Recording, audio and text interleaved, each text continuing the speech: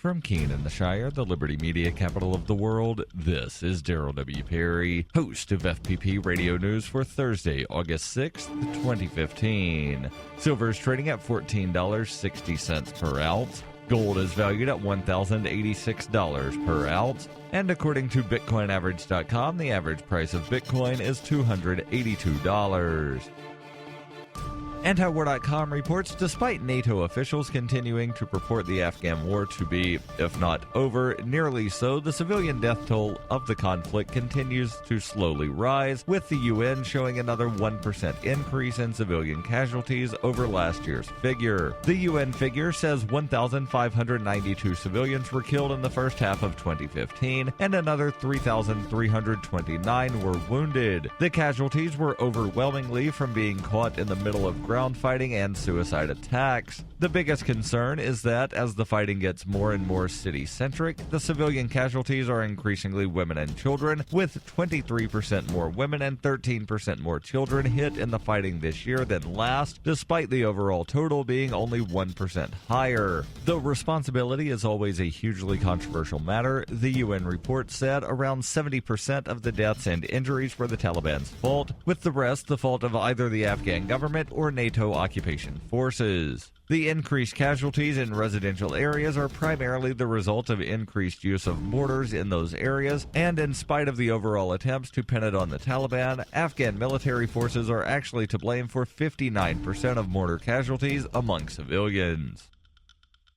FPP Radio News is brought to you by Coinbase. Coinbase is a simple and secure online Bitcoin wallet for sending, receiving, and storing Bitcoin. I trust Coinbase. You should too. Get started at coinbase.fppradio.com. That's coinbase.fppradio.com.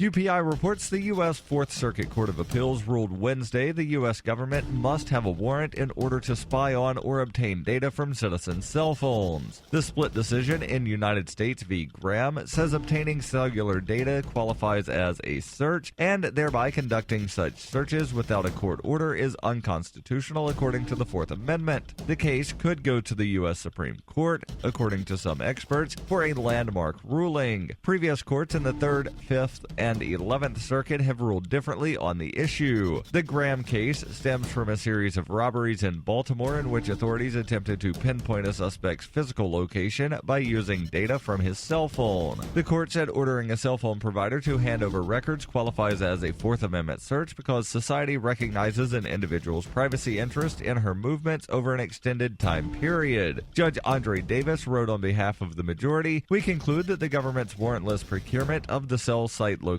information was an unreasonable search in violation of the appellant's Fourth Amendment rights." For over 35 years, Robertson Roberts has been a trusted source for buying and selling your investment-grade precious metals. They also take Bitcoin for precious metal purchases and permanently removed the minimum purchase order for all orders paid in the digital currency. Call Robertson Roberts today for knowledgeable advice on investing and a forward-thinking approach to new technologies. 850-478-5270 or online at rrbi.co.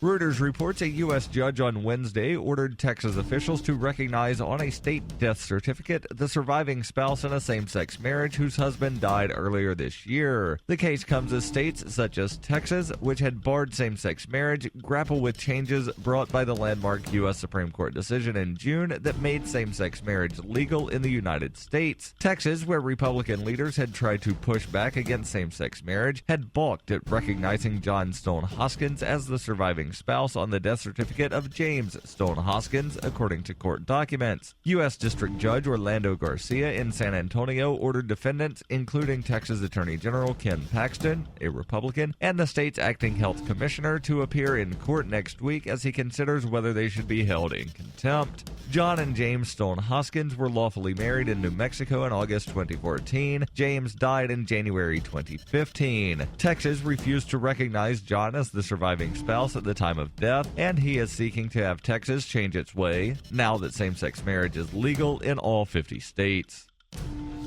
This has been FPP Radio News, online at fppradio.com.